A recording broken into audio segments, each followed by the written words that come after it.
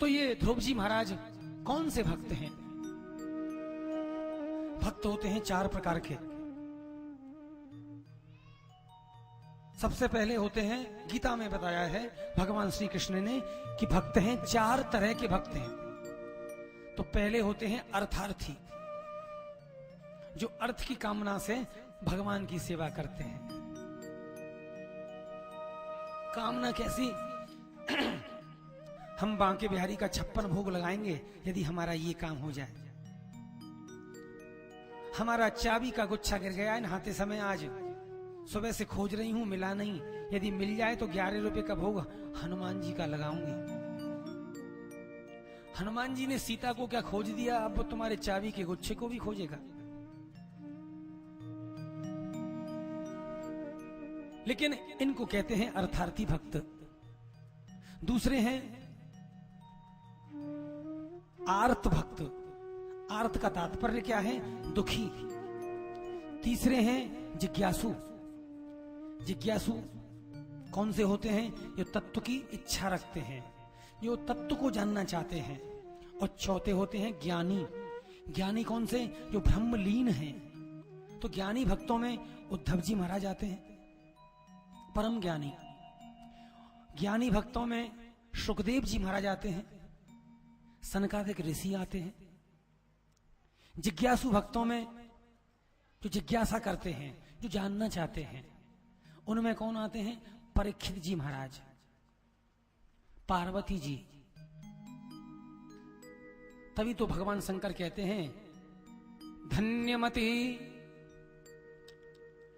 अरे पार्वती, तुम्हारी मति बड़ी सुंदर है, राम कथा पर प्रीत न थोड़ी। क्योंकि तुमको राम की कथा, कृष्ण कथा सुंदर लगती हैं, अच्छी लगती हैं। तुमको भगवान की कथाओं में तुम्हारा मन लगता है, इसलिए पार्वती हैं जिज्ञासु भक्त। और उसके बाद आते हैं गरुड़ जी महाराज, नारद जी महाराज। आर्त भक्तों में आती हैं, दुखी भक्तों में द्रौपदी जी। द्रौपदी परम दुखी, गजेंद्र हाथी और विभीषण जी महाराज भाई से परेशान। और अर्थार्थी भक्तों में कौन आता है? ध्रुव जी महाराज, क्योंकि ये पिता की गोदी चाहते हैं। और सुग्रीव जी महाराज, ये अर्थार्थी भक्त हैं। अब आप किस कोटि के भक्त हैं, ये आप स्वयं अपना चिंतन कर लेना और उसी अनुसार अपनी भक्ति को मजबूत करना। क्योंकि अकामा सर्व कामो वा मोक्ष काम उदाहरधि तीव्रेण भक्ति योगेन यजेता पुरुषम परम। आपके मन में कोई भी कामना हो, कोई भी संकल्प हो, वो सब पूरे होते हैं जो एक बार अकामा सर्व कामो वा, सारी कामनाओं की पूर्ति होती है भागवत जी के अंदर। तीव्रेण भक्ति योगेन, लेकिन उसके लिए तीव्र भक्ति योग की आवश्यकता पड़ती है। तीव्र भक्ति योग का तात्पर्य क्या है? जैसे पत्नी 3 घंटे को चली जाए अपने मैके, तो तुम्हारा मन नहीं लगता, फोन करोगे, आती क्यों नहीं है, क्या बात हो गई? इसलिए दिल्ली वाले कभी अपनी बेटियों की शादी दिल्ली से बाहर नहीं करते। कितना प्रेम!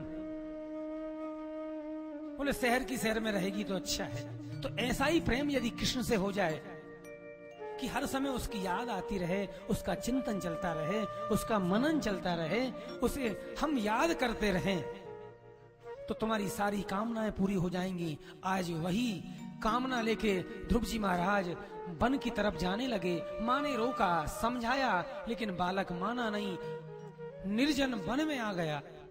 और यहाँ वन में आके किसका दर्शन हुआ? नारद जी महाराज का। नारद जी महाराज ने देखा कि ये बालक अहो तेज क्षत्रियाणाम मान भंग ब्रह्मश्यताम। पूछा, बेटा कौन हो, इस घनघोर वन में क्या करने आए? तो कहा कि महाराज मैं उत्तानपाद का पुत्र हूं, नाम है मेरा ध्रुव।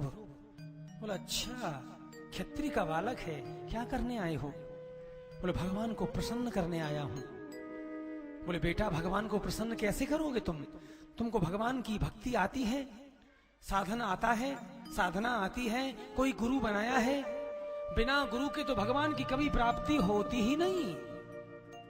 लोग सोचते हैं कि भगवान की प्राप्ति में गुरु कहां से आ गया बीच में। हमारे और भगवान के बीच में गुरु तो एक बाधा होती है। गुरु कभी बाधा नहीं होती। गुरु तो एक ऐसा माध्यम है जिसके द्वारा ही तुम भगवान से मिल सकते हो, अन्यथा तुम भगवान से किसी भी सूरत में मिल नहीं सकते।